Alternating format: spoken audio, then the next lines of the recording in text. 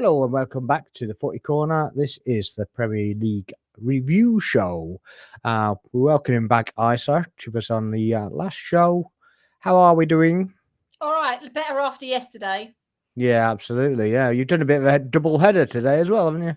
Yeah, I was over on Sophie's channel, so Guna Gossip TV. Go and check it out if you aren't subscribed. It's a lot of fun, actually. She's really nice. It's kind of nice just to be able to go on and talk to lots of different people because you get lots of different opinions. And thing is, I'm one of these people. I never mind admitting when I'm wrong. So if someone gives me a really, really good idea, I go, "Oh, do you know what? You're right about that player or that game or stuff like that." And I think it's nice because you do get to sort of see different people's perspectives of things. Yeah.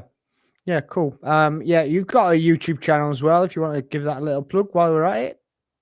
Yep. If you go over to We'll Sing It in the North Bank, this stream is also linked over there as well. So if you click over there, you'll be able to subscribe. I think I'm too short away from 50 now, which I'm excited about. Okay, soon be allowed to be ready for the lives then. Yep. So that'll be really cool. I don't know how that works though, because I'm streaming lives now, but I'm not doing my own ones. It's kind of you're kind of a host. I'm a host. You're kind of, or in a possible way, a guest. So yeah, it's more like a tag on to it sort of thing. So yeah, I tell you what, it gets a lot of views though when you stream to X. That gets a lot of views when you stream to X. I never really explored that before.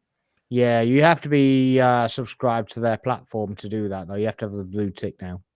Oh, they've changed it all. Yeah. So they've made the purpose of the blue tick, being that you can actually stream live. So yeah, I think it's like I think it's $9.50 a month or something. So it's not too bad.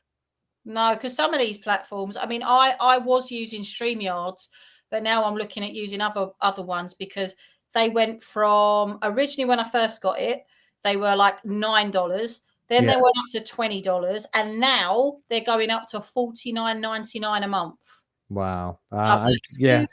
I think we're on Restream. I think it's like $20 a month, so it's pretty good. It's actually a nice layout. This one, to be honest. Yeah, not too bad at all. So it's totally. You managed to link your YouTube to it as well, so I didn't even know that had happened. So yeah, fair play with that. I should probably ask permission first, should I? You didn't need permission. In fact, we did discuss it anyway. Oh yeah, probably. You know what I'm like with these messages. I'm like, where am I going now? I don't. You know, I didn't even realize you were in another stream. Otherwise, I'd have been a bit more, directive, if you like. Yeah, I was a bit like, okay, I know I've got to be somewhere at 8:30. Where is it? I had to be quick as well before somebody else jumped on. If anybody else was, because it's a bit of a group, isn't it? So, John was on there and he was changing the routine of his show. So I was like, nope, getting in that quick. Otherwise, I'll be doing it on my own. But there we go. Guys, if you're watching the channel, please make sure you're liking and subscribing. Drop some comments in there. Any chat we'll put up on the display because I try and remember not to forget to do it this time. It's always a standard thing that there's always plenty to do. So yeah, I always forget to do something. There we go. Did you see much of the football apart from the Arsenal game over the weekend? Bits and pieces of the Southampton Man United game. What else did I see? I saw bits and pieces of the Crystal Palace, the Liverpool, the Man City, obviously the Spurs and Arsenal one. And I did watch the Newcastle one. So quite a bit, actually. Fair. That's actually more than last week anyway. So yeah, fair enough. What did you think of the Southampton Man United one? Every time I watch Southampton lose, I just think, what did you do? Ramsdale is kind of where I'm. But the problem is, right, I've heard people say that's the reason why we sold him because he can't keep a clean sheet, which is crap. Like, that's rubbish. But also, when you are the best player on a team and you're the goalkeeper that's letting in the goals, it kind of says something. Because I'll be honest, I don't quite think Ramsdale knew what he was getting himself into when he went there. And I think, sadly, it's not his fault because their defence is awful. But that's just my opinion. It's very similar to the Sheffield United where he came from, isn't it? Really, where he's gone back to Southampton. He's gone over to Southampton there, and he's going to be in a relegation fight, isn't he? At the end of the day, it doesn't matter how many saves he pulls off. I don't think he covered himself in glory, to be honest, but he hasn't played for a year, so yeah, that is also true. hardly surprising, really. But the thing is, as well, the more shots you face, the more you got to save. So at the end of the day, you're going to look worse anyway. If you're in an Arsenal side that's conceding, I don't know, 10 shots in a game, and they're going to concede 20 shots in a game, you're going to look worse, aren't you? So at the end of the day, but all the grief that I saw basically Arsenal fans giving him, they need a bit of reality check. In the fact that he doesn't play for us anymore. You don't have to give him pelters. Just watch. Wish him luck, and watch him, and that's kind of it. The rumour I heard about a week ago, it's obviously not true because I think we definitely now would have seen more of it, was that he had a 21-day cooling off period on this contract and he could come back if he wanted to. I don't see why we'd do that. Well, why would he got Neto if that was the case? Well, yeah, exactly. Isn't he only on a loan though?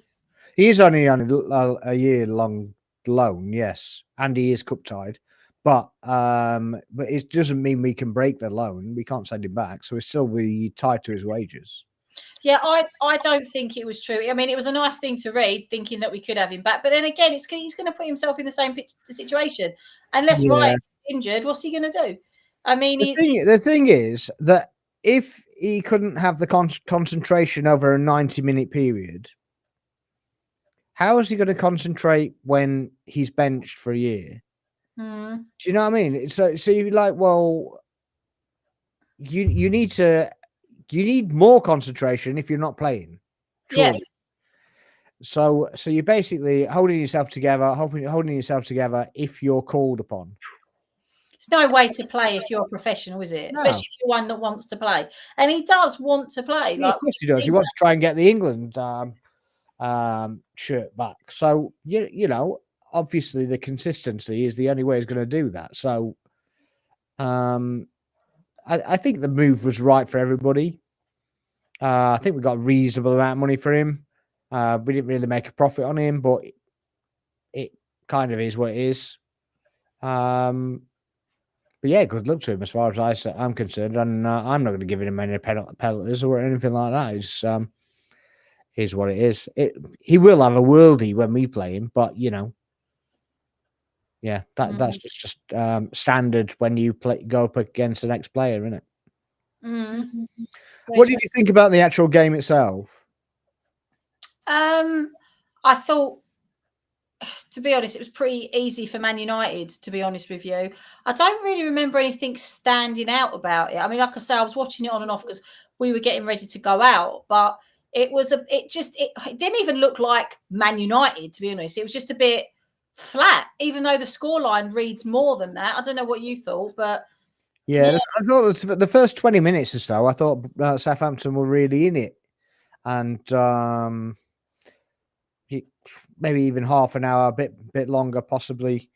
They probably should have scored, maybe even scored a couple of times, and then they missed the penalty. I think it was the worst penalty I've seen for a while, to be fair.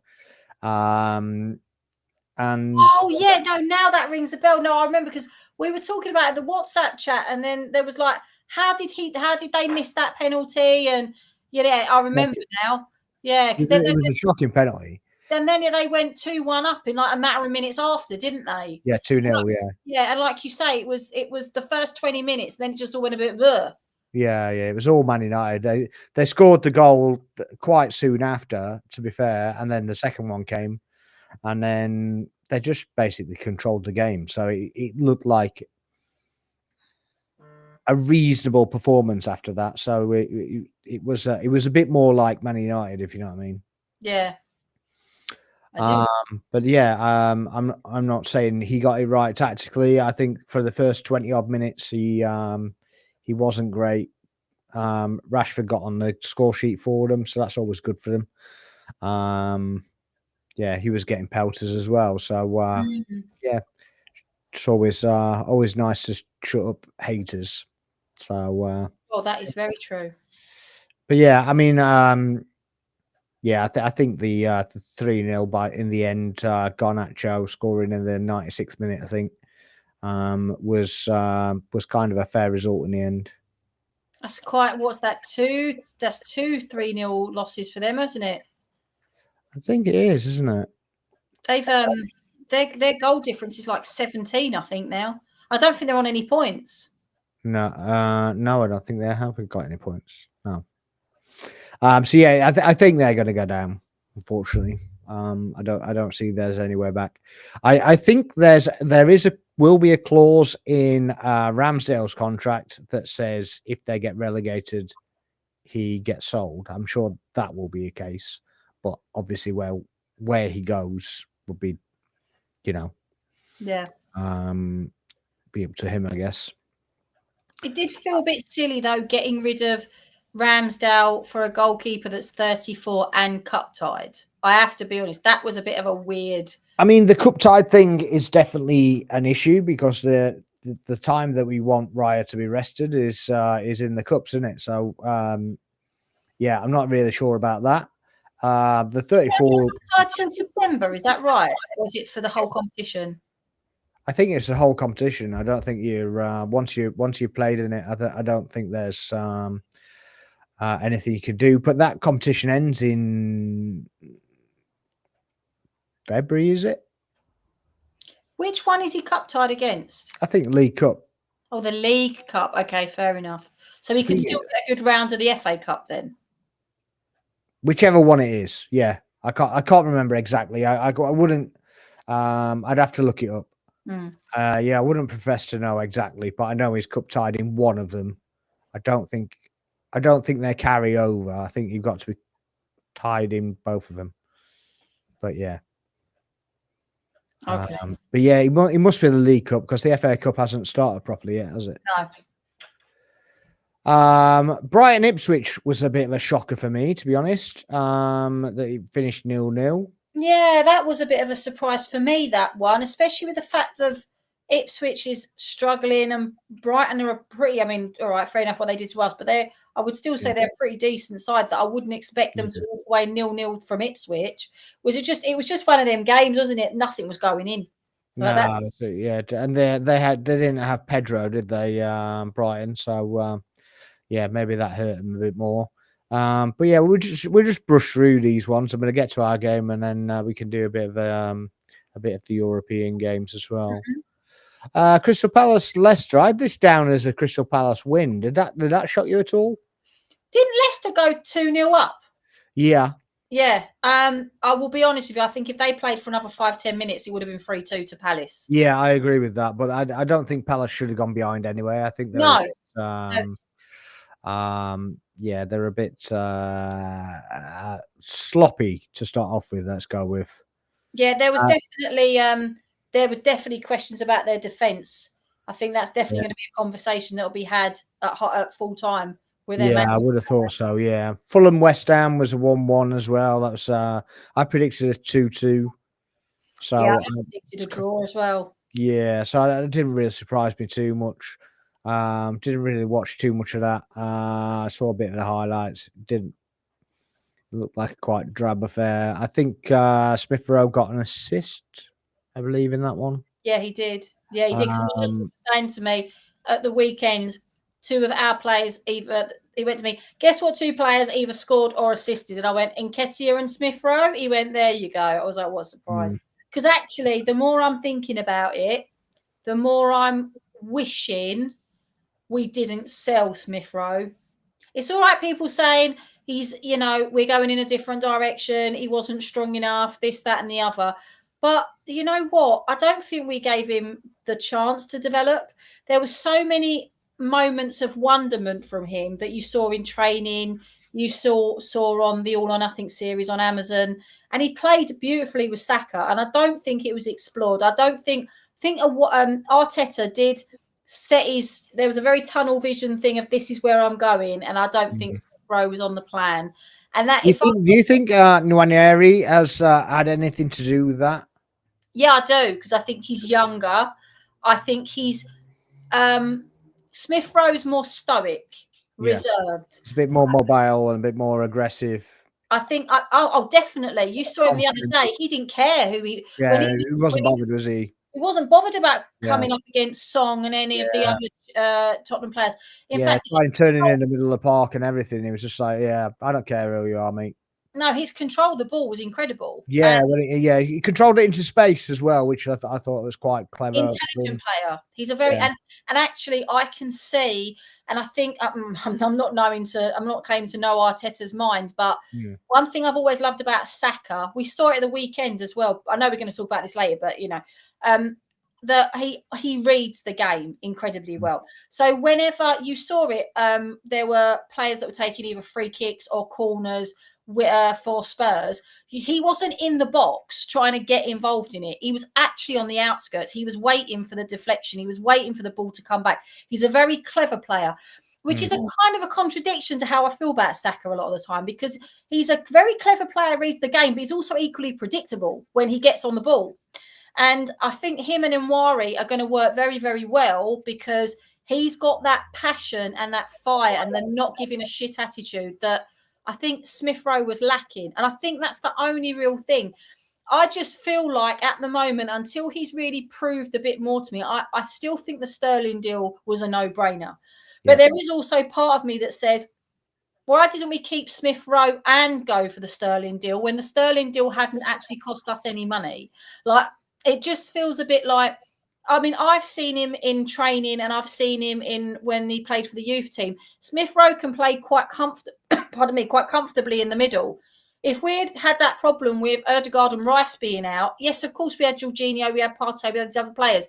But just to know that we had Smith Rowe to slot in as well, I just feel like we might have cut our nose off to spite our face this early in the season. Maybe the thing is, we have been in that situation before, and he's not been available. So that is the other problem. So, it's not as if I agree. Last season, maybe he could have given him more opportunities, but seasons gone by, I think that he's just not been available when he's needed to be called upon. So and the other thing as well is that if he's a player that's hardly played and we're able to make 35 million from him, it's a no-brainer as well. Yeah, and he's a youth player. Like, he's come from Hale End. That is 100% profit.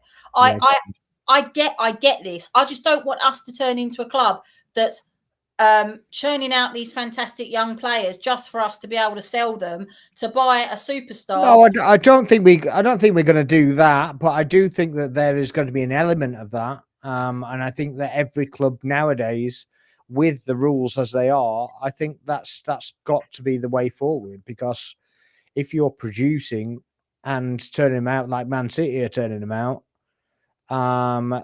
then the income is coming in, because at the end of the day, we need that revenue. It's not like it's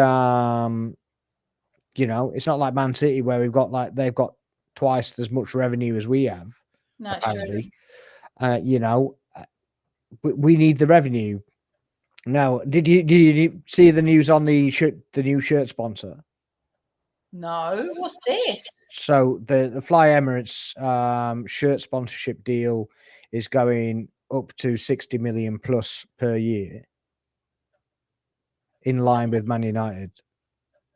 Jeez. So yeah, I don't know if that's including the naming rights, but that was on. It was Lucas that I'll give you his contact, because you can follow him and he gives you the insights and such like as well. Oh, wow. But yeah, he put a tweet out basically saying that it was coming and that it was going to be 60 million plus.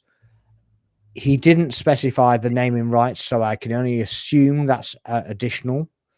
So, but you know, if you've got a 60 million, 65 million deal, and then you've got the 10 million training ground, you got the 10 million sleeve sponsor, you know, we're starting to get in the realms of some nice little, nice income and some good revenue for purchasing players and, you know, just general revenue streams. So, yes, good riddance, Mr. Gazidis.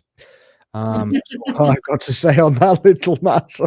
Jesus. And actually, that's another thing is that I really respect Josh Kroenke for, because he's actually stepped up, hasn't he, and taken control of the club a lot more. And I think you've seen a massive change, because when his dad was left a bit more in control, we were just a money pit for his American club. I don't think it was just when his dad was in control. I think the board, the old board basically still pulled the strings. And I also think that the COVID, being around the COVID year, I don't think that really helped as well. So I think we'd have been a year further along if it hadn't been for the COVID. But then so would everybody, I guess, you know, at the end of the They're so day. misguided, though, weren't they? They wanted to get rid of, I know this is going to sound like a really stupid little thing, but hear me out. They wanted to get rid of the Gunnosaurus, right?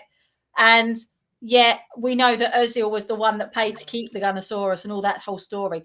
But also, I was talking to a girl in the Arsenal shop last week, and she told me that apart from shirts, the Gunnosaurus is one of the other, or anything with the Gunnosaurus on, is one of the biggest selling things in the club shop.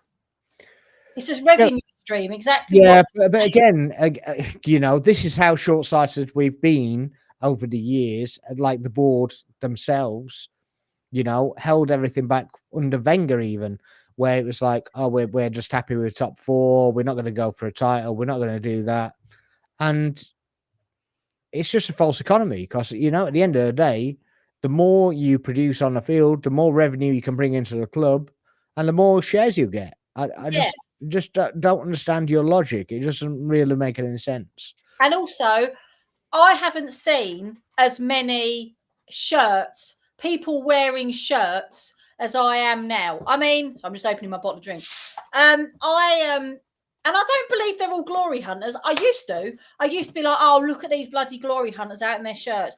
And then my husband said something. He's always my voice of reason, to be fair. He said to me, it's not their glory hunters, Aisha. He said, these families who've got 3 kids, when these teams aren't putting in the effort to win something, to bring glory, but they're not capping the shirt prices, they're putting them up every season. Can you say that honestly these parents are going to be able to buy 3 of these shirts for their kids when the team's not giving them anything to be proud of? And I stopped and went, you're right, because that's about 240 quid from like one set of shirts for 3 kids. And it is true. It's like I've always bought a shirt, but just because I go, and so I wear them when I go. But I do understand that mentality. You're the board who are driving around in your flash cars and in your flash houses and got all these investments, and you're happy to finish top four because it gives you a cash injection. You don't actually care about the club, that you want them to have some glory for their supporters and for the players.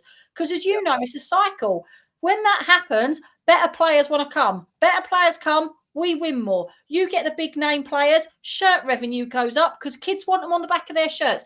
And believe it or not, kids, people don't think this. They think of like football being stereotypically in the old days a man's sport. Now it's an adult sport. Kids monopolize so much of football and what gets bought in football. How many people, you know, they find out they're having a baby, they buy a kit for the kid, the baby grows, all this stuff, or Gunnosauruses, or it's a rites of passage to take your kid to get their first shirt, right? And all this stuff. It's not just, I mean, you've been to the Arsenal shop, there's a whole big bloody section of toys. I don't even go in it anymore. I can't go in it anymore because I come out with so much crap. I can't go in on match days because it's too busy. I come out with crap. I just come out with crap. Crap that I never even see. It'll just go in a drawer or whatever. Just crap. I've done it before.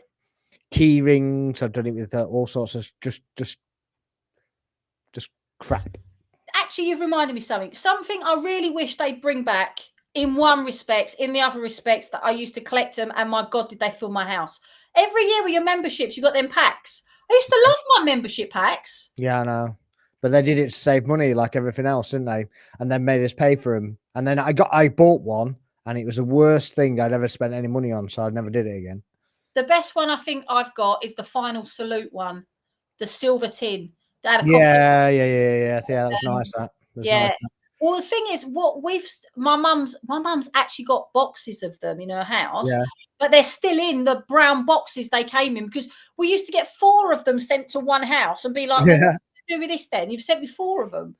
But yeah. Yeah, well, let's do these messages very quickly. Ramsdale had to go as soon as possible. Why? Okay.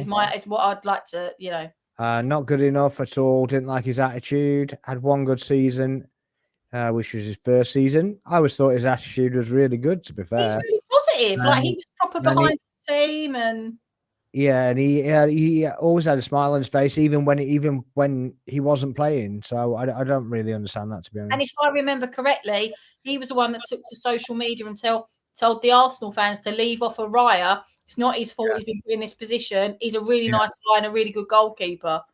Yeah, I agree with it. I agree with that.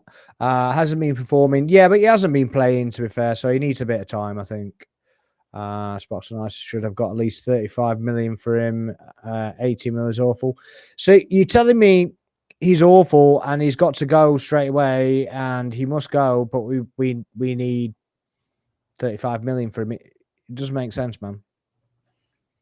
Wasn't good enough. Edu made a mistake selling him 18 million. At least he got 25 million. It's 25 million. Okay. Mr. Arsenal podcast. All right, mate. Hello, Ryan. North London forever. Indeed, sir. Indeed. Oh my God, you follow me on TikTok, don't you? You saw it today, right? Yeah. It was an intentional. People have been messaging me with this all day. It was an intentional mistake. Right. So yesterday, I heard Tottenham fans round here shouting out before the game, North London is blue. Right. So I'm going, no, you normally, if you're a proper Tottenham fan, you say North London is white. West London is blue. Yeah, exactly. Yeah. So the video that I put up, the silly video I put on TikTok with a guy talking about cocaine, it was because I was making fun of the fact that Spurs fans are so off their head. They're saying North London is blue. Right. So okay. It wasn't me actually I did actually do it wrong on purpose. People have been messaging me going, don't you mean white? No, I actually mean blue. And then I explained it in the comments. Yeah, explained it properly. But saying that though, I woke up this morning to like 2,000 views, so I must be doing something right.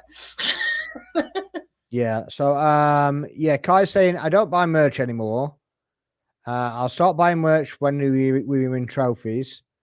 And awful. I don't know what the awful relates to when it comes to trophies. Yeah.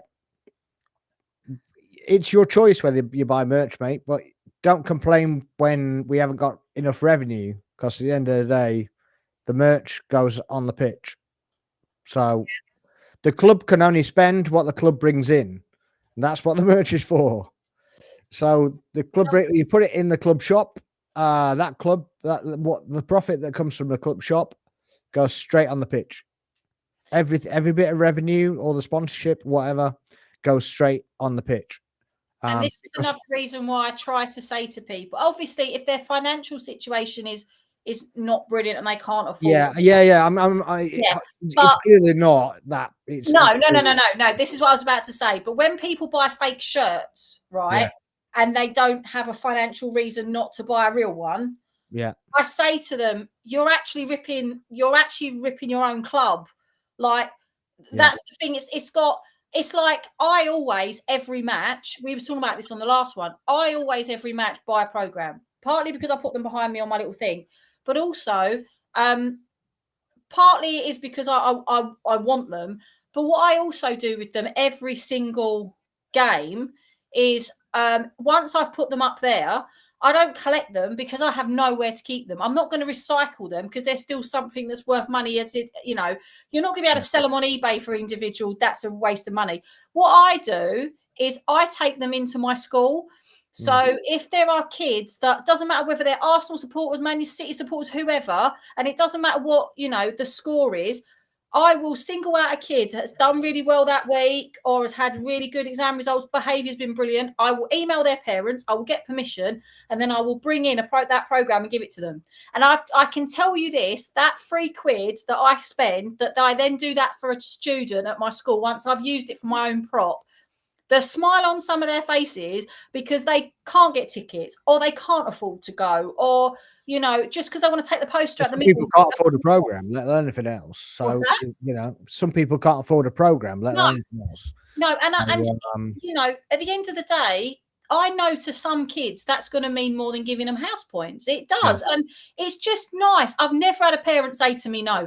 There was one boy who I got him I gave him my program when we beat Chelsea 5-0, and he was a Chelsea fan, and he still took it and he said, that's got my club on it. I still want it. I'll still keep it with the rest of the ones I've got this season. You know, he's got more balls than me, I'm not going to lie, but it was nice to be able to do that. Yeah. Let me spin through these quickly because Kai's yeah, you're talking about Ramsdale because we didn't pay 40 million for him. We paid 28 million for him. So yeah. We didn't get 25 million sponsors. So they're easy add-on, so it's 25 million. We'll talk about Ramsdale exactly. We don't spend money. We spend the money we have. We're only allowed to spend the money we have. The owners don't put their own money in. So we're only allowed to spend the money that's that basically the club makes, which is why if you can afford merch, it's better to do so, you know, obviously through the club and everything, so that you help the club out. But also, even if you look, I understand not everyone wants to spend money, but on the same note, you know, if I didn't buy any merch all year and I just bought my season ticket, I'm still helping the club to keep their revenue up. So, yeah. And also, what people have to understand is one of the reasons we are the way we are with money, and we have to be. Do you want us to end up with 115 charges under financial fair play? Because I don't. No, absolutely not. So I'd rather be sitting where we are. Thank you. I do want to win something though, but I you know, not at that cost. No. Even when we spend money, we don't spend money on the right players. Who have we spent on the wrong players then? Well, the one name I can think of, that Declan Rice. What do you mean we spent 160 million on left backs? List that 160 million, man. Because I think you might be some figures there that don't quite make sense. I don't think you can say that Declan Rice is a waste of money, and I think that the weekend just proved that. It's not about spending money for me personally. I start very much when the clubs gives me some trophies. Well, it is about spending money because you've said it's about spending money. Can I also make a point about that? We didn't smash Highbury down. We weren't allowed to. The outside of Highbury is a listed building. It actually got turned into flats, and the pitch itself is still the grass that is in the park in the middle. Yeah. That in itself was an incredibly shrewd investment, spearheaded again by Arsene Wenger, because those flats are all still owned by the Emirates, still owned by Arsenal. They are rented out by Arsenal. That is another stream of revenue. Chelsea have done the exact same thing. Yeah. And then sold it again. But yeah, let's not go into that. Maybe we should do that with Highbury. Sell it to ourselves again. But yeah. Let's just whiz through the other fixtures so nobody's left out. Liverpool Forest. Obviously, Liverpool got beat by Forest. That was a surprise. That was a surprise. It was a bit of a shocking game, wasn't it, to be fair? It was. I mean, I'm not really that worried because Hudson-Odoi is in my dream team, so I'm quite happy with that. He was on my bench, actually. He was on my bench, and I had Pedro up front, and Pedro didn't start, so I was sweating that I was going to get. I got 7 points sat on my bench because I'd lined him up for if Haaland didn't play, because apparently Haaland wasn't going to play for whatever reason, some family reason, whatever. And I'd lined him up, and it was Pedro that didn't play. So I was like, okay, I've never been so happy that Pedro didn't play.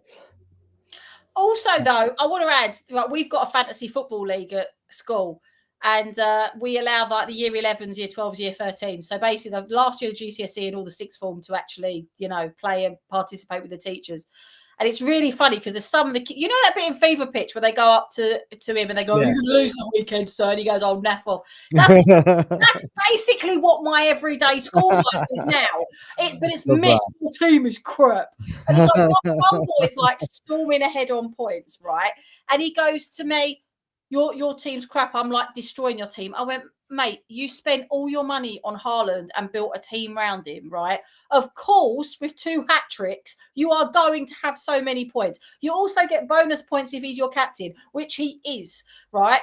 And then I got my dad going to me, "Well, he's actually done a really smart thing there because good teams build around them." I was like, "Shut up, you should be on it, But do you know what though? It's created a real good atmosphere at the school because good. Half the kids that play that, a lot of them are not like massively academic. So the fact that they can interact with their teachers and form a bond on something that they're doing that, at the end of the day, they know that if they play up, we can kick them off the test. Yeah, exactly. So it's quite, I shouldn't have said that. But indeed. Timber, Calafiori, Nuno Tavares, Tomiyasu, Cedric, that's 5. We got a proper left back in Kieran Tierney. Well, he's not playing left backs like a proper left back, is he? So he's also got glass legs, bless him. I don't think, Tomiyasu is an incredible player when he's fit. This is one of the big problems. Yeah, we can't judge Calafiori. We haven't seen enough of him. And Timber, quite frankly, let's face it, Timber and Calafiori, it looked like absolute bargains. Absolute bargains. And I even say Tomiyasu is a part of the bargain brigade as well, to be honest. I like Tomiyasu. I just wish he could play more. Zinchenko, again, contributed to where we are now, so you can't really complain either. Not Declan Rice. Me personally, I don't think Rice is for 105 million. Fair play to Edu. He wanted a player and he got him. That's the only credit I give him when it comes to transfers. I think you're being incredibly harsh on him, to be honest.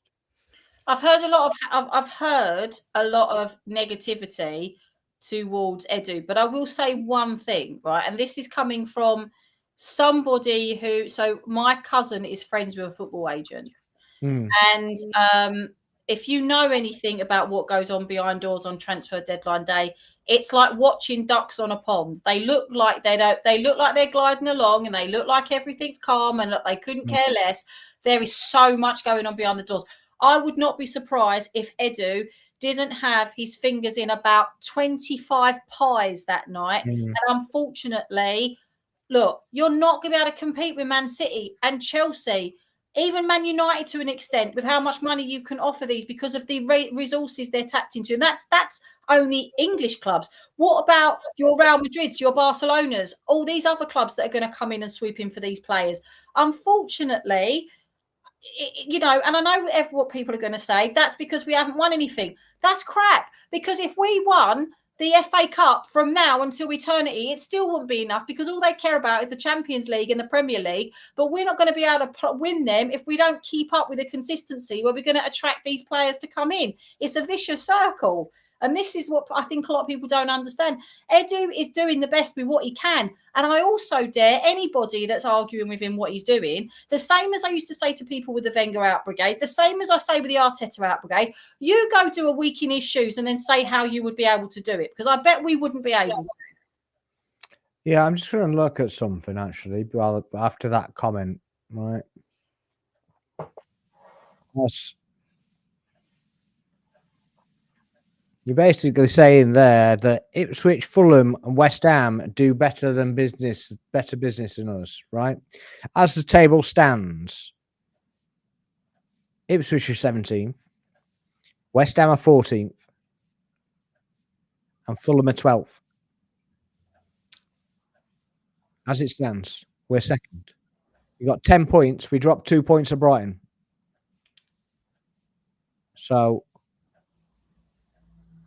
we couldn't have got any single one of them players because their wages were too much. Jack Grealish, right? I was all in Jack Grealish's camp for him coming to Arsenal. But you know what? The more I read about him behind the scenes, the more I hear about the person he is, forget the player.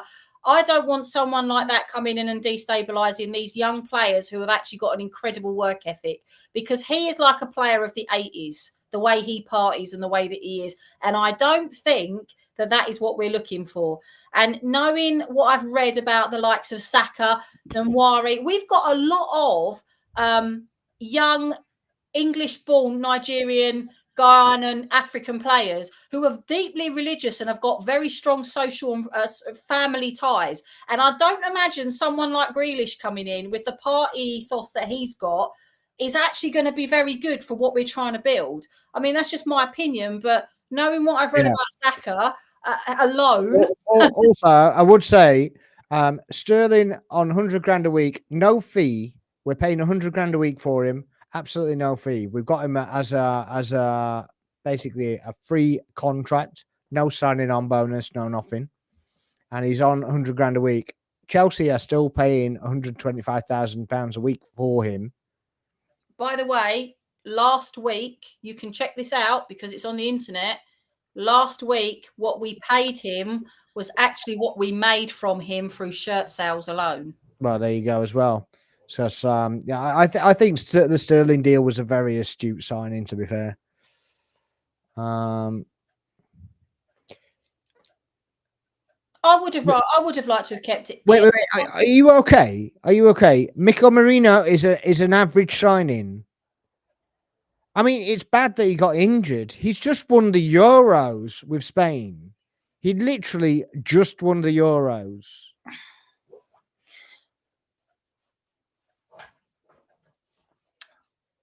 I feel like we should send him a link. Right. Okay. No, I'm not doing that. I can't read anymore because we're just going around in circles, just reading your messages. To be honest, so I think look, the bottom line is it's all very easy for us to sit here and complain about things, but you know what? We don't know what goes on behind the scenes. We see 90 minutes of football and a load of training videos every single week. There is so much that goes on in that club we will never know.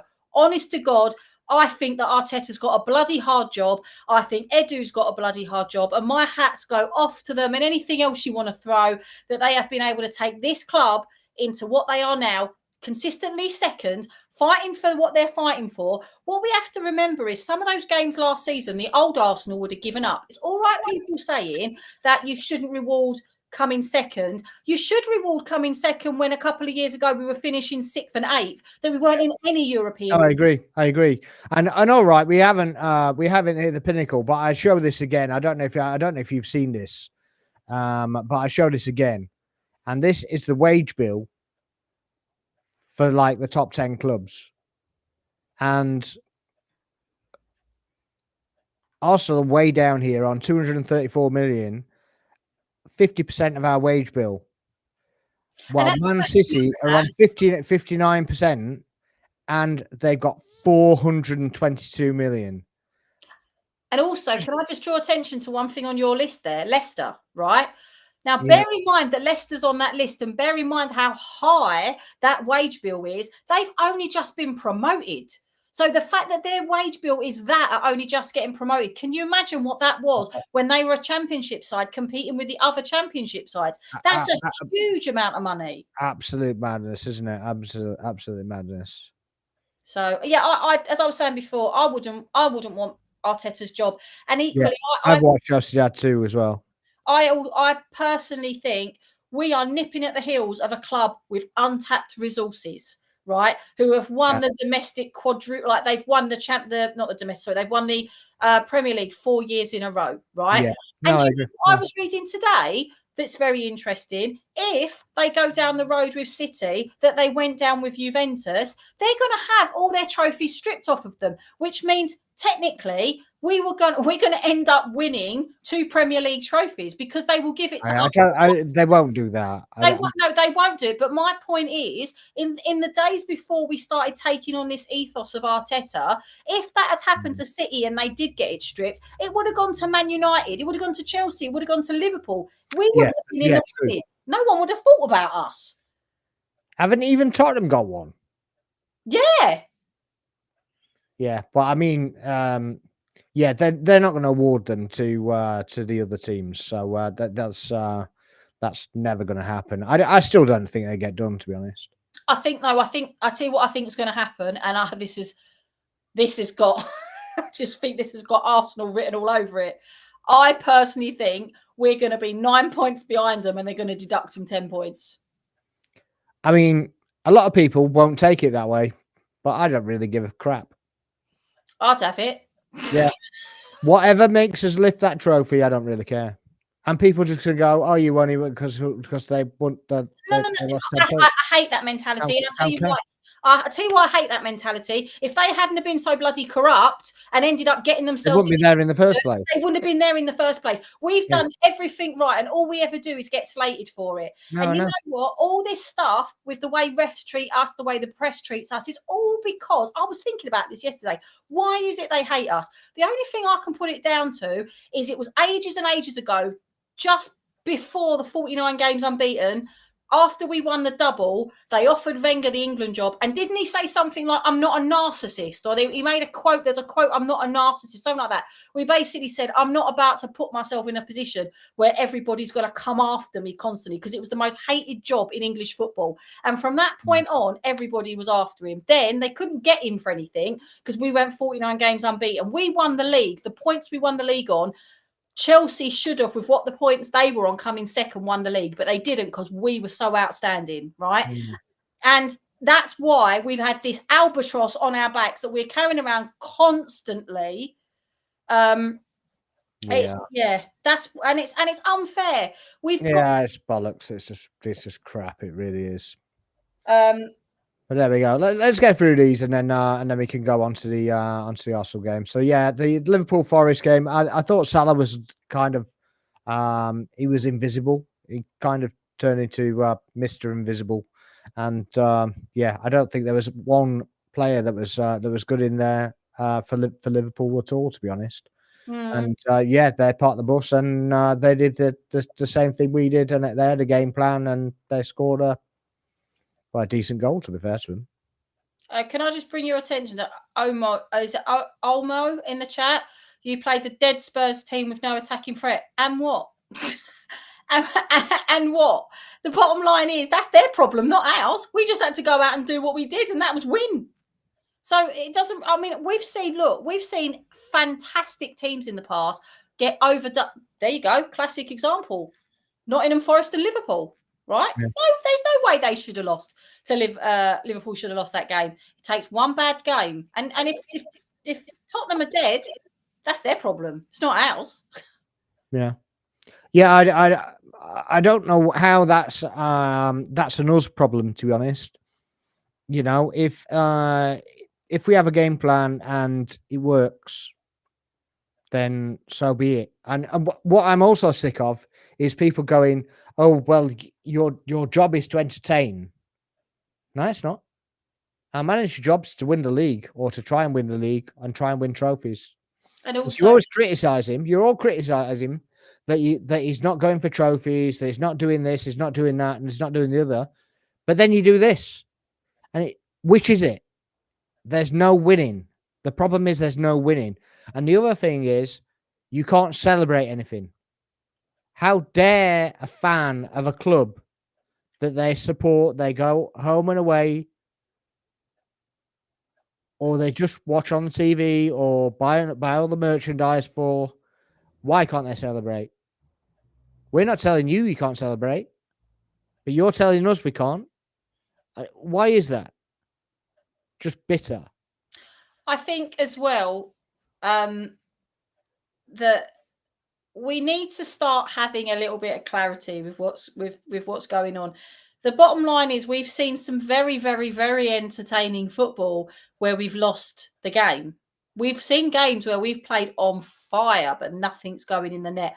I know from all the years I've been going to the Emirates and Highbury before that, I've seen that. You know that from every game that you've been. There has been some games you've walked out of that stadium frustrated as hell because my head's blown off. You don't think you sit in the pub afterwards and you go, they didn't play a bad game of football. What the hell happened? Yeah. You know, and then equally, you'll be sitting there going, We were shit tonight. How did we win 1-0? Yeah, but I've been in the stadium with another manager not too long ago that was in blue that basically came to our place and he played for a 0-0. And you know what he did when he got that 0-0?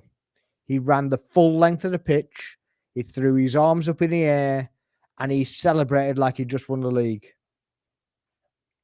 Oh, can I just add, Omar, I'm not arguing with you, mate. I'm just saying, like, I don't care. Like, so please don't take offense to what I'm saying. I'm literally just saying, I agree that they are a dead team, but you know, that's our job as a team to play out their weaknesses. My dad is the absolute biggest criticizer of Arteta, right? And even I nearly fell over yesterday because he turned around and said, that was a masterclass from Arteta. He played every single one of our players perfectly against every single one of their players. And I think that's a fair thing to say. Yeah. Kai, I wouldn't really argue with you that the title, you know, that we should have done better. But you can't look backwards at the end of the day. All you can do is put the mistakes right.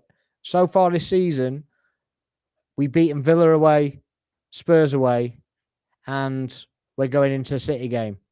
So all we can do is improve on the previous season. And if that's not enough to win you the league, then I don't really see that you could do any more than that, to be honest with you. I mean, let's look at it realistically, right? Let's compare season for season from last season to this one. We lost to Villa twice, right? We drew against we drew against Spurs at the beginning of the season, and then we beat them 3-2 at the end of the season. Even if City doesn't go our way this weekend, which I'm totally honest, I don't think it's going to, right? But we have already come over one mental block. We've beaten Aston Villa. Aston Villa ruined our season last year. And let's be totally honest, it doesn't matter how many charges City on their turf, by the way. Yeah. It doesn't matter how many charges City have got against them. If we hadn't have screwed up that game at the Emirates, we would have a trophy now. We would do. Yeah. So no Arsenal fan is going to sit here and say anything different. I know. Look, I'll be very honest. I sat there in that Aston Villa game with tears running down my eyes because I couldn't believe I was not going to see my team win the league that year, and I couldn't believe I was sitting there watching them throw it away. Right? I can't even explain that any more than that. I mean, I will never call myself a fan, right? I call myself a supporter because to me, the word fan comes from the word fanatic. And I don't actually feel like I'm fanatical about Arsenal. I love them and support them. I try to be as positive as possible. Do I criticise them? Of course I do, because I'm human and I call them crap and everything else. Can't hit a barn door. I do it all. But I try to look on where are we now and where have we come from, right? I can't turn around and say, keep going on about the 49 games and keep going on about the doubles and all this stuff. It was a long time ago. For me, a sobering thought, right? I've just been on that show with Sophie, Guna Gossip TV. Amazing girl. But one thing that was a very sobering thought was when we were having a chat, she's 20. She's never seen Arsenal win the league, right? A club with our standing, I wish I wasn't saying that. And I wish I was able to share that experience with her. We've got to win the league, but it doesn't mean that we've got to trash everything that Arteta's done because that's not fair. Yeah. Sorry, that was a big old rant and I never come up. It was a bit of a rant. Yeah. But worth it. I've got asthma. That was pretty impressive. Okay. But it's too much paperwork to do it on stream. I won't do any paperwork. You have to do it yourself. I think you do all right at Old Trafford. I think you'll beat him, but I think he has to set up with the same sort of game plan. To be honest with you, because he just nulls the threat. Absolutely nulls the threat. You close the spaces and just kill him off at the end. They get to about 65 minutes and they drop the heads anyway, especially if you do score. Did I say that you just played at a dead team? North, what? And not much better, let's be honest. We're not much better? What do you mean we're not much better than Spurs? Are you serious?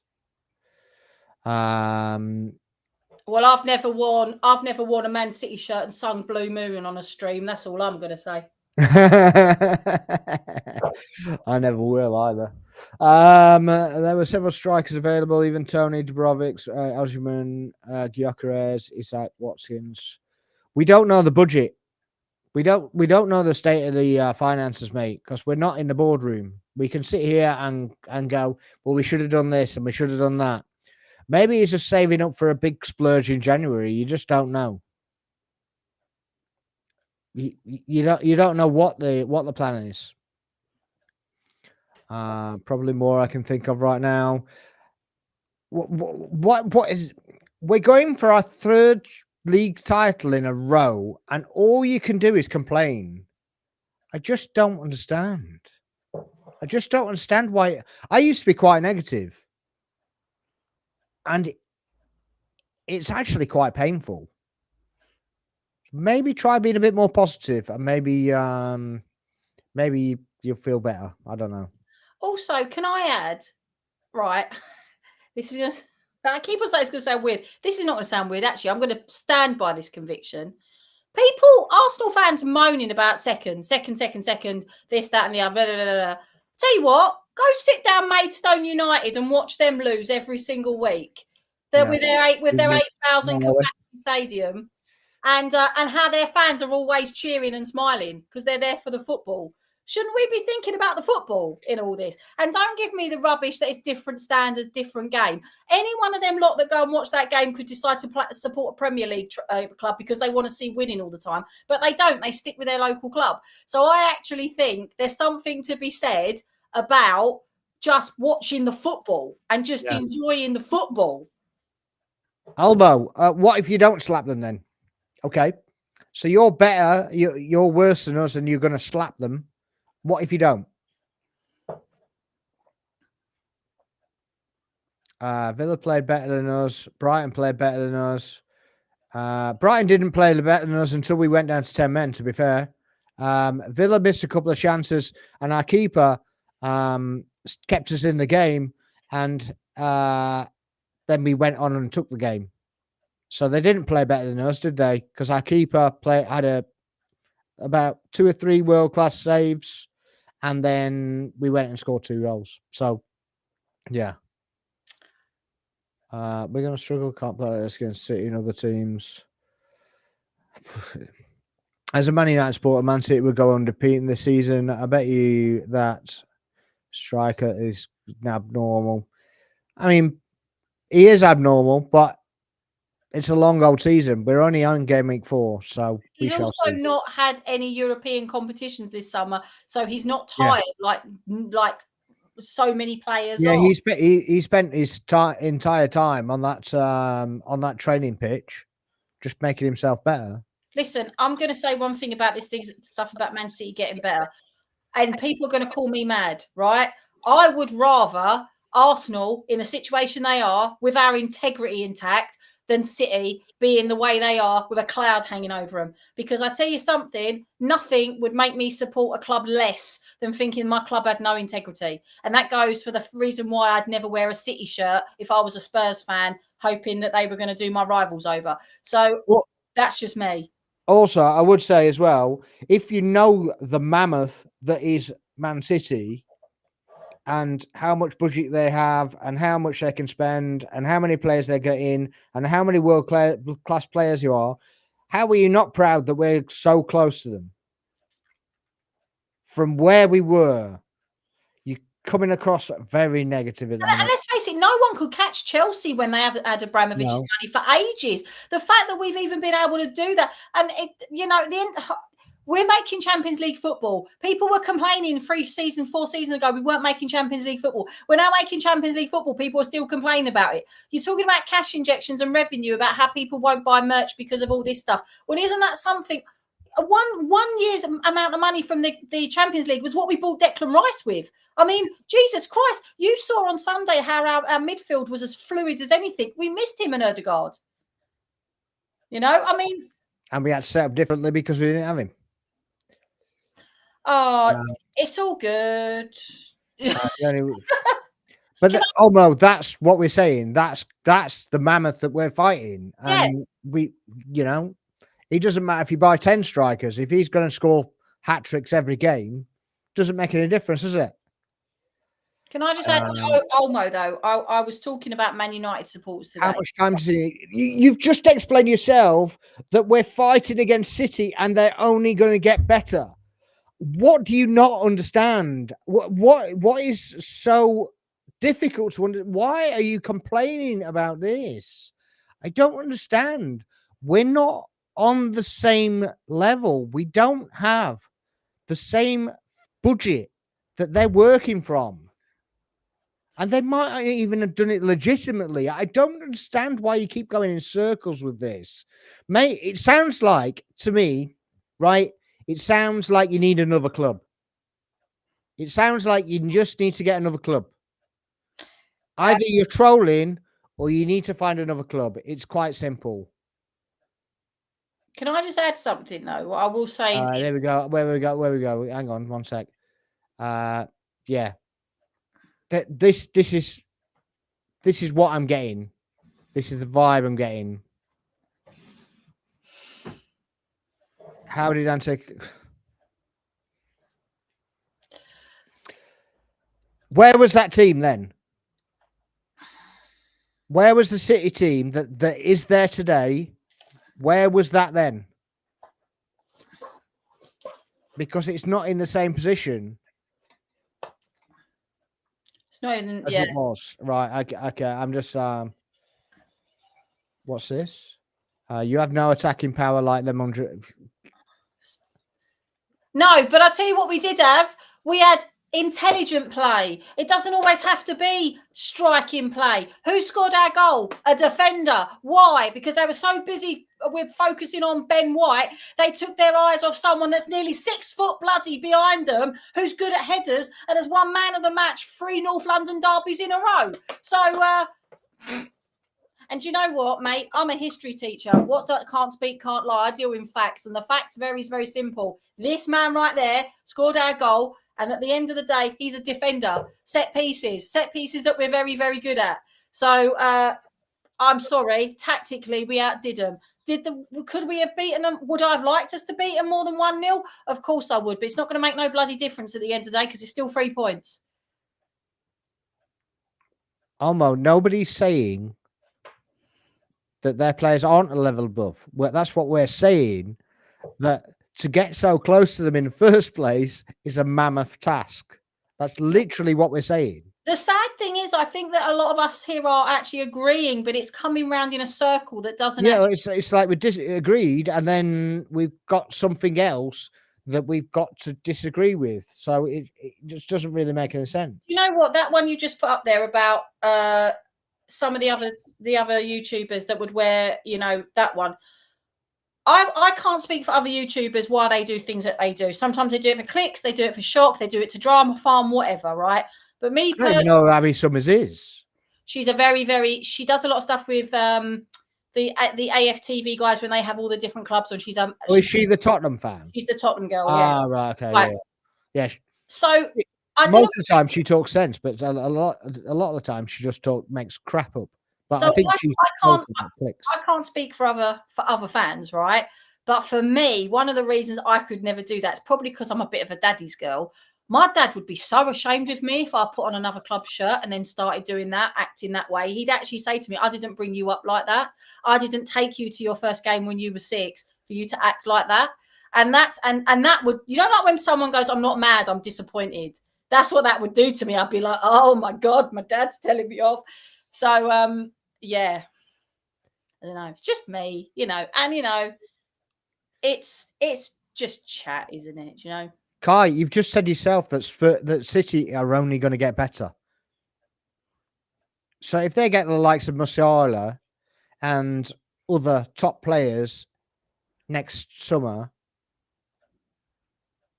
isn't that just going to make the job even harder? Oh. Also, shut up, Almo. Shut up, Almo. What now? No, you've got to be trolling. No, you're a troll. Come on, man. Go away. Just go away. I'm not even. We're not even. we're not even wasting any more time on you because That's 100% a troll. It Listen, must be a troll. I know Tottenham season ticket holders that tell me keep hold of that boy because he's the best you've got. So that's a shitty statement to make. Because even Tony doesn't fit with the standards of the club, and obviously Arteta thought that there was going to be trouble in the dressing room, or he wasn't going to fit, or he's going to want everything around him, or whatever.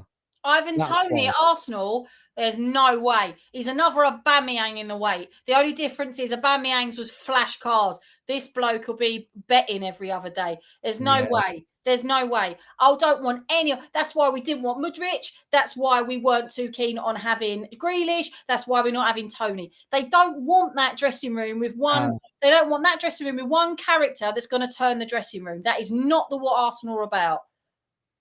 Yeah, absolutely not. It's yeah. What's he on about now? He's right there. We've only get players and signing and challenge will only get harder. You just what? We've literally said the same thing, Olmo. I don't know what you're talking about. We literally said the same thing. We know he's going to get better, but they're going to do that because they have an open checkbook.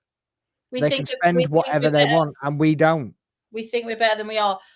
I'm not being funny, but again, go back to the point. We don't have untapped resources, and we are biting at the heels of the biggest club in Europe. You tell me any other team in the Premier League, Man United included, that will want to rather be where we are than where they are, and that's the bottom line. Yeah, you know? who wants to finish 8th? And I know what Man United fans are going to say. We still won the FA Cup, whereas you didn't win anything. Yeah, but the FA Cup doesn't mean anything when we win it. You also. This summer, you actually said to your manager, we would sack you, but we can't find anyone else now. So do you want to stay till we can? And he said yes. Yeah, we'll give you another contract because we can't find anybody to replace you. So how do you think that Arsenal are going to be able to find someone to replace Arteta when we don't want anyone to replace Arteta? Oh, it's just nonsense. It's just nonsense. I think I'm going to ignore the chat now, but there you go. We've actually covered, to be fair, we've actually covered the Arsenal game, to be fair. Yeah, I think in a roundabout sort of where we have. But yeah, we can. Yeah, they've kind of soaked up the time that we were going to do on a Premier League. But is there anything else you wanted to point out from the weekend fixtures of? I really enjoyed. I have to say, I did actually really enjoy the Newcastle Wolves game. Right. So I've got a foster sister. I've spoken about her loads of times. She comes here all the time, right? At my house. She loves it here. And she was here for the football. And it's really funny. I'm up in my loft room. She was sitting up here with the Sky Go. I don't know if you ever watch it on Sky Go, but there's a delay. So we were all cheering. And then within about 10 seconds, she starts cheering up here because she couldn't hear us cheering down. I don't know, actually didn't hear us bloody cheering downstairs. Yeah. And we were shouting the house down. But she hates Wolves. Like, I can't even explain. This child has a deep hatred for Wolverhampton Wanderers, right? Why? I don't know, right? She will sing same old Wolves always cheating. I don't consider them a cheating. I don't know where it comes from, right? It's an obsession I haven't been able to crack. But we sat and watched the Wolves-Newcastle game together. Yeah. And she was so happy when Newcastle won. It was hilarious. Like, I mean, this kid hates them, right?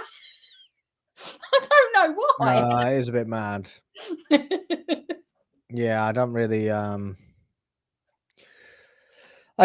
understand the that kind of hatred not for Wolves anyway. I thought they were yeah, I don't have a massive problem with Wolves. Decent side, and that the goal that they scored as well was pretty decent, to be fair. And he did a bit of a dummy and then shot it through, so the defender was completely wrong-footed.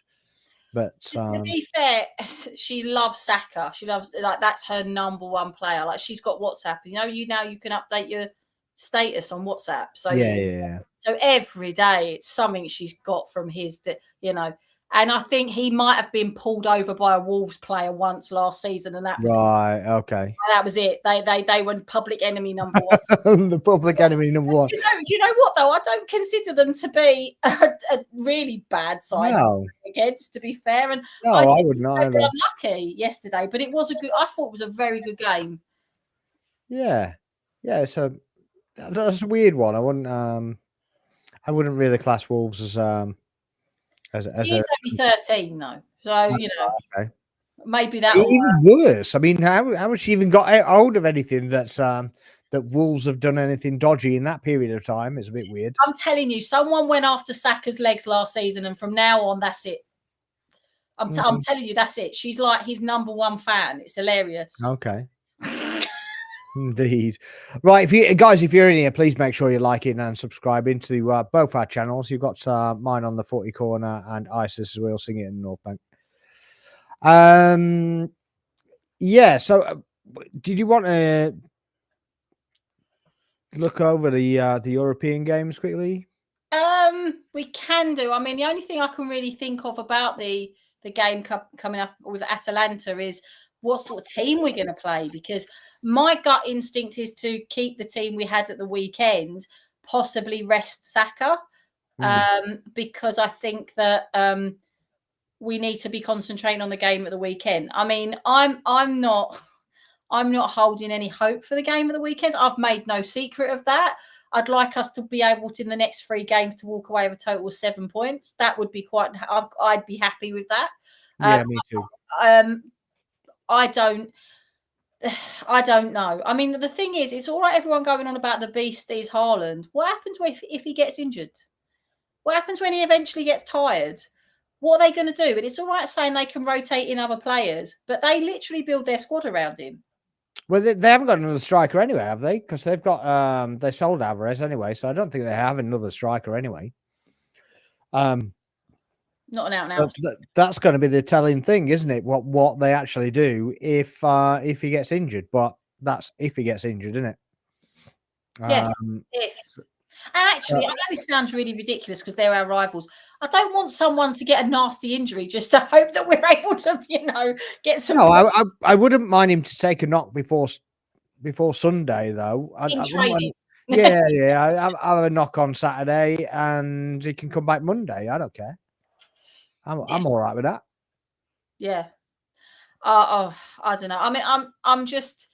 I also wouldn't mind if you got an injury every Friday the whole season and came back on a Monday, and then he can play in the Champions League games, and then he can not play on the weekend games. Can Jack Grealish start taking him drinking? I mean, yeah, take him in a wheelbarrow.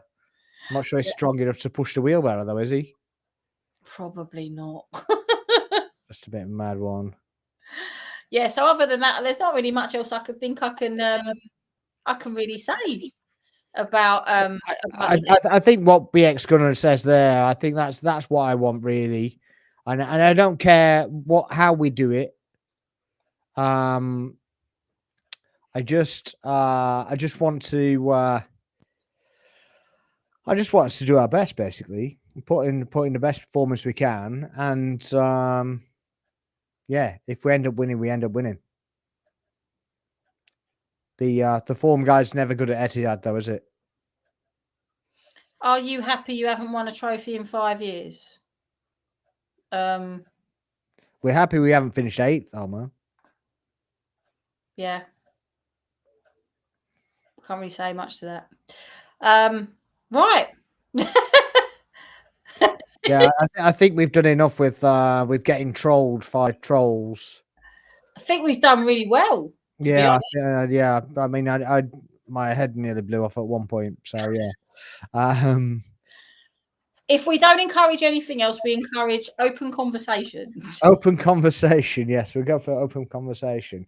I think that any rational. I'm going to answer the question anyway, because I'm kind of like that. I like to be honest and not shirk a difficult question. Obviously, I would like to win something. I would like it to be the Premier League or the Champions League. If we go toe-to-toe with City again and we end up 2 points off, and win an FA Cup, I would consider that a successful season. If we did that with the League Cup, would I consider that successful? Probably not. I'd consider it a successful season if we won the FA Cup, Yeah. because that's giving that back in our hands. That is our record. It's going to be a big morale booster. And the bottom line is, if City do win the league and we win the FA Cup, you know, bring on the Community Shield. I don't care. Do you know what? It's just about trying to keep it up, isn't it? It's about trying to keep it up. Kai, I don't actually think that you're trolling, to be totally No, I don't think you're trolling either. I just think that the way that you judging standards, I think, is slightly extreme, let's say. Can I just add? I mean, I don't know how old you are, Kai, and I wouldn't pry, but this is the Well, same. he said he's seen cup doubles and cup winners' cups and whatever. So yeah. So what I'm trying to say is that my brother and my brother's 11 years younger than me, so he's 31, and he has a very different outlook on how he sees us than I do. So I remember the days of Highbury. I remember when we didn't win much. I remember when the stadium was run down. I remember these things. My brother was a junior gunner during the 49 games unbeaten, and he went to every single game. He grew up. He was in his most impressionable years with Henry, Bergkamp, Pires, Overmars. You know, so to him, if Arsenal aren't that, Arsenal are shit, right? this is the problem. The standards are different because it's a different. Exactly. There. So it's unrealistic standards because we signed Henry, because we signed Bergkamp, because we signed Overmars, because we signed Perez, because we signed all these players. We're not serious anymore because we don't sign them. Yeah, and that's the argument. Problem. That's the argument I had with him for a long time. And actually, he's now starting to change because as he's got older, he's seen, a different, and he loves Arteta. But I do think there is a generational thing sometimes between Arsenal fans and but I argue with him more than I argue with some opposition supporters. I mean, my mum's had to physically tell us to shut up and sit down before because we've been going. Yeah, exactly. But as I say, Kai, I'm not saying your opinion is wrong. I'm just saying that in today's game, I think the standards that you hold are objectively impossible to get to right now, at least. We might get there if we carry on going on the same trajectory for 10 years. But it's unrealistic to get to the point where we're the second year back into the Champions League football and to want to bring in all these top players that aren't going to come here. And can I also add, Kai, I will not take this away from you. You turn up to a lot of streams and you have this conversation. Yeah. And I do actually think that you want a place to vent, and you've always got that here. And I do appreciate as well the fact that you do say everyone's entitled to their opinion. And I do also think that of you. But I do think that Sparks has got a point when he says there are some expectations. And the thing is, I'm guessing he and I are from the same generation, you and me. That we do remember the days before Henry and Bergkamp, and how same old Arsenal always cheating 1-0. Yeah, absolutely, and the hate and that's where the hate come from. But at the end of the day, it's if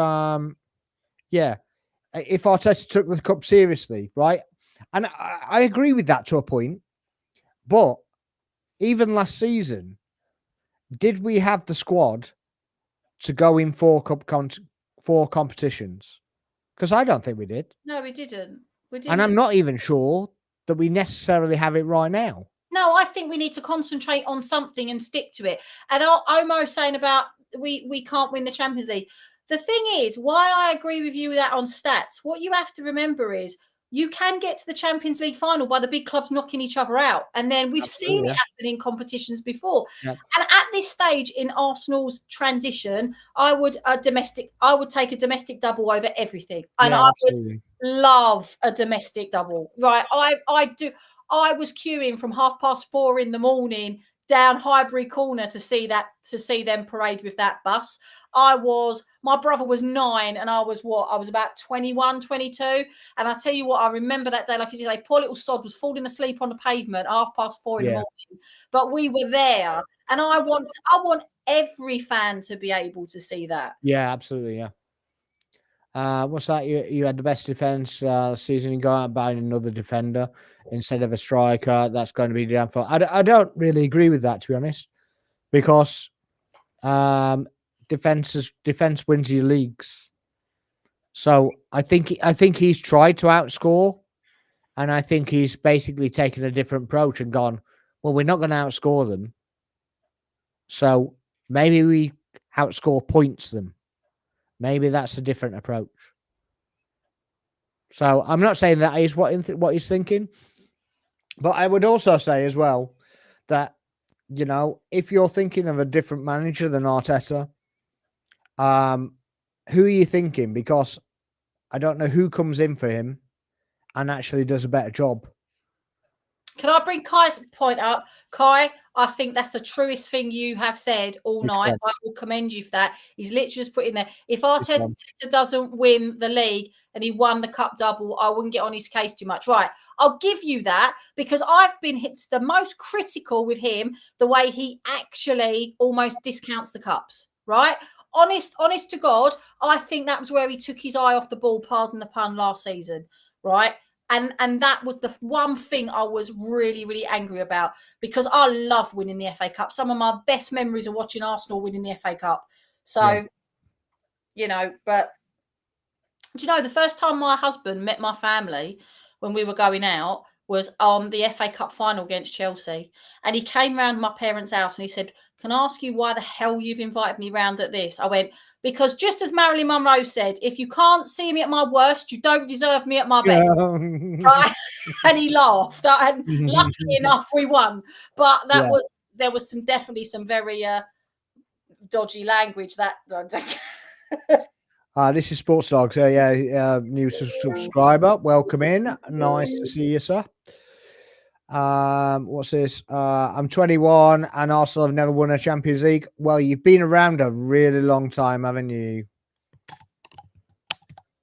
You probably, you know, we can only hope, can't we? But you haven't been around to see your club win it either. Well, yeah. But so I didn't want to go there. Yeah. Football goes in cycles. Absolutely. What's this? Do you agree that we have a better attacking players in you up front? If you don't think, you're very naive. Well, why ask if you already answered it for me? So, you know, again, you're just talking like a bit of nonsense. I think we got right. Okay. I'm not reading any more of your nonsense now. Thank you very much. We have a better squad. Do you really? So as Kai said, if you're taking any United players at Arsenal, who are you taking? Mate, you would bite our hands off for Xhaka. We're talking about United players to come to Arsenal. Who are you taking? Sorry, I misread that, gentleman in the chat. I apologise. Who would I take from United?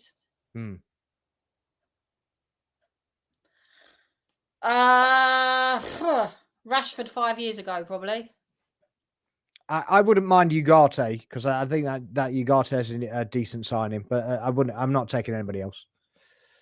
I've been watching Arsenal for 21 years. I'm more than that, mate.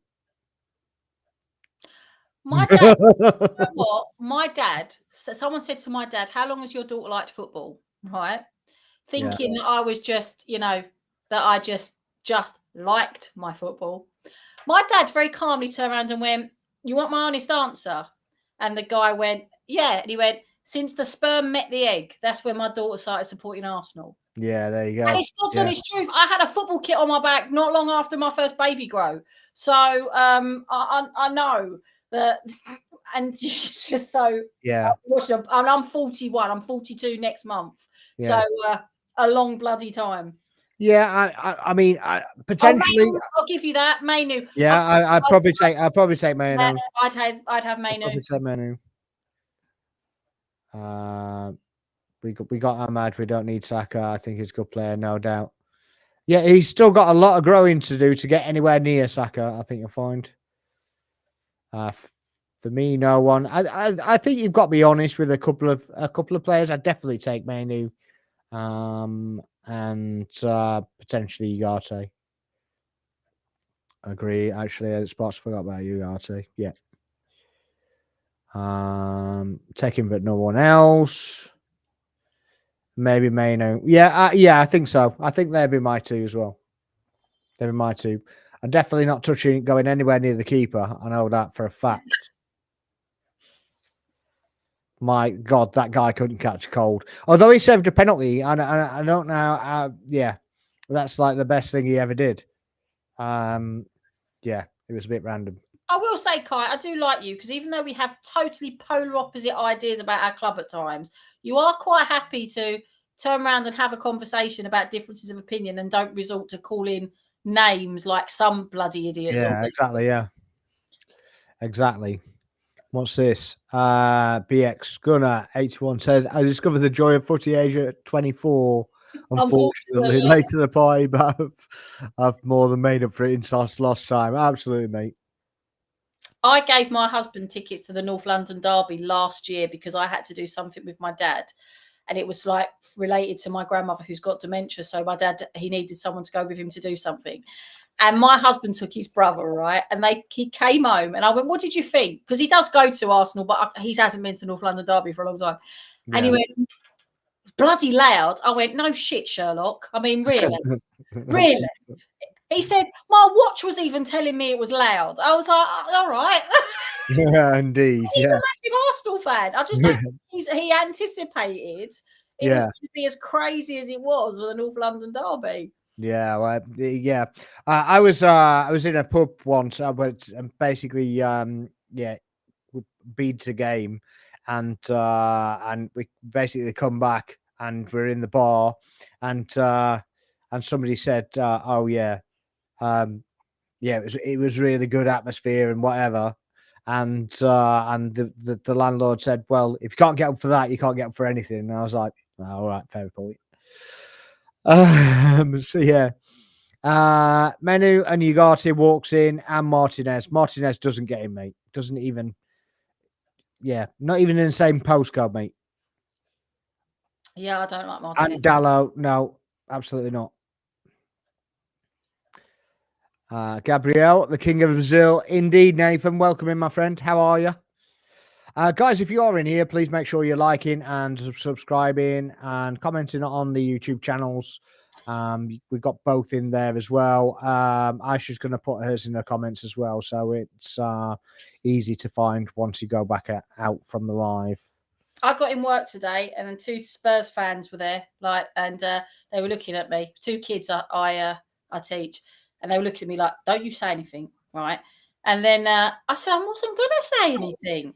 And of course not. And then they went, "Yeah, you were." And anyway, I went really quiet, and I went, "Oh dear, I can't get that out of my head." And then these kids went, "What?" I went, I've got this song going around in my head. And then they were going, "What is it?" I went, "You'll fall in love. I know you will. Number 6 is the king." And these kids were looking at me like, "I'm going to kill you, miss." Very good, Nathan. Thank you. Right. And are we there? I think we're about there, aren't we? I think we're there. Yeah. So I think we covered everything and had a bit of banter from the chat and such like as well. So friendly fire. Some entertainment from there as well. So yeah. We'll be back on Friday. We're going to do a preview for the weekend fixtures. Do you see now how you get myself confused? I'm on one tomorrow night. I got Wednesday off. Then I'm one on Thursday night, and then I'm one on Friday night. That's right. You can't say this loft room design, this new thing I've done, isn't getting the workout, can you? I think it looks really nice. It makes my puts my backdrop to shame. To be fair, that £15 from Dunelm. I've got an Arsenal Underground sign, but I've got nowhere to put it. Oh, are. I've got my Emirates there and my Highbury over there, which I love. And that's a fridge magnet that I've just stuck with glue to the wallpaper. So yeah, indeed. These streams should be more often. They will be. I mean, we need the following, obviously. But yeah, the more following we get, the more subscribers we get, then the more content we can do. It's obviously an issue because we need to get guests for the show. Guests go for the bigger attraction, not really the big attraction. Aisha's a bit more of a resident at the moment because she goes in every show. So you know, I just love it because, like, at the end of the day, I get to talk about one of the things I bloody love the most. And I'm not. Listen, my husband is so massively supportive because he goes, "You crack on with your Arsenal mates and stop chewing my ear off about it," and it's totally fine. It's amazing. So I get to sit up here and talk to a load of Arsenal supporters. Yeah, absolutely. Yeah. Enjoy myself. Yeah, for sure. What's he saying now? You don't think Martinez gets in your squad? He's the best defender in the league. One of them. I'm not sure he makes top 10, mate. He might just about make top 10. Joe, I just did a training session at work about AI. I'm wondering if we can prove this person's not AI. How would we do that? I don't think we have to do that. We could just turn him off. Okay, I've seen it. Yeah. Keep dreaming, mate. Keep dreaming. I've seen it all now. You know, at the end of the day, mate. Listen, even Kai's saying he's trolling. And even Kai's saying you're trolling. So, yeah, I think on that note, I think we're going to bid you good night. If you're in the streams, please make sure you're liking, subscribing, commenting. Share the lives out. I'll put a post out as well with the clip-on videos. Please make sure you're liking and subscribing as well. And yeah, we'll see you on the next ones. I hope you have a great evening. Aisha, thank you very much for being on as usual. No problem. Always happy. And yeah, I've been Sparks. This has been Footy Corner, and we'll see you in the next one.